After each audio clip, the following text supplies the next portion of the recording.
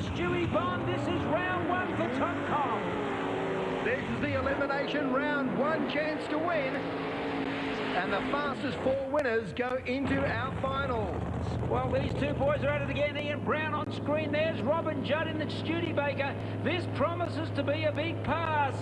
Very important race for both races. They had bad qualifying, and I really believe that they can do a lot better out there. Some pressure on both lanes. Neither of them think this is a giveaway. They're not going to walk away from this race easy.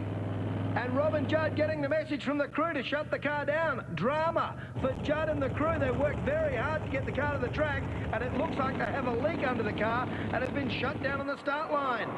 Ian Brown told he's got a solo. He can now be very, very cautious. He needs a quick pass to get a good seeding into the finals. He's not going to get it here, Frank. They look very disappointed with that car. Well, the car left the line well, but didn't go on with the business. Talking of business, Trevor Morrison's out on the track with a big burnout. Up alongside him, Phil Vincey in the Commodore. Vincey with no burnout at all. He has simply staged the car. He's hoping that his presence on the start line may give him the time required to turn this car around. Vincey with a problem. Now he'll get the car up and into stage. Morrison needs to go through his standard routine, but if Morrison leaves too early and cuts a red light, Phil Vincey is automatically into the next round and has time to prepare the car for racing. Two clean green lights. Phil Vincey's night is over. Trevor Morrison knows it at half track. He's going to take an easy win, and Phil Vincey and his crew now need to plan their next event at Ravenswood Raceway. Aidan Duncan back and a good burnout from him. And up alongside him, Grant O'Rourke, who also had some problems, Stu, and he's probably going to try the same, just stage the car and hope that Duncan in the other lane has some problems leaving the line. Frank, I'm absolutely amazed to see this car back at the track, or back on the track after their first big bang in the round one compulsory qualifier. It just shows the determination of that team. Aidan Duncan, a young man with a big future, will focus on his own race. He needs a clean green light. Debs doesn't look very happy, and Grant will be looking for a red light on that side. Aidan with the green and gets the win. The car looking very strong down track. Aidan right in the middle of his lane, confident about this pass, and a 7.56 will serve him well into the finals. 7.56 at 301 kilometres there for Aidan Duncan.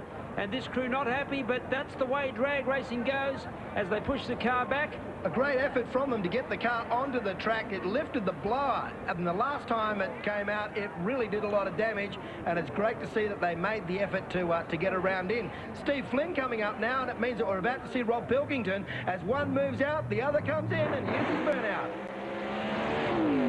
Well, not a bigger burnout as we've normally seen from this car, but the boys are quietly confident. Look like they've got the solo run.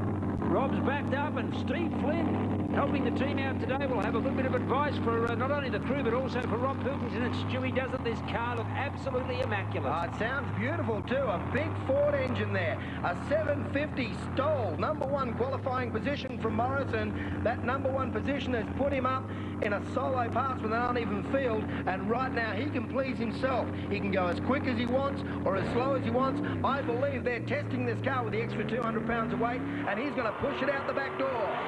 Comes out on a clean green. It looks pretty good, nice and straight and hard. He gets on the noise, and he's going to drive it right out the back door.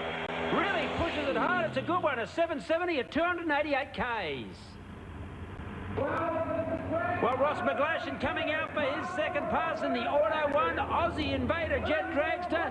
And Bondi, this huge crowd here at Ravenswood Raceway, love this car every time it rolls out onto the track. Well, awesome last time out. The only word to describe it. Absolutely awesome. A huge fire show from Rosco. Went through at 230 mile an hour. Absolutely scorching at the top end of the track. Slow at the start line. The car did hesitate on the burner, and Rosco is planning to run another very, very quick pass right now. He wants a low 7-second pass, and he's going to give it everything he possibly can. The work that Greg Byrne and Rosco McGlashan have done to the front of the car, not only making it easier to steer, but big brakes on the front wheels now, a wider front tyre. He's able to hold it on the start line to get more thrust, more raw thrust from the big jet engine, and that means that he will leave the start harder if the burner lights clean. A little bit of anxiety around the cockpit there, the crewman looking inside. Rosco gave us the thumbs up earlier. They start to bring the car forward. There's the fire, and the crowd absolutely love it.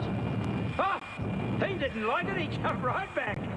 40 feet of flame out the back of the car. He gets it up to 50 or 60% RPM and then hits the afterburner.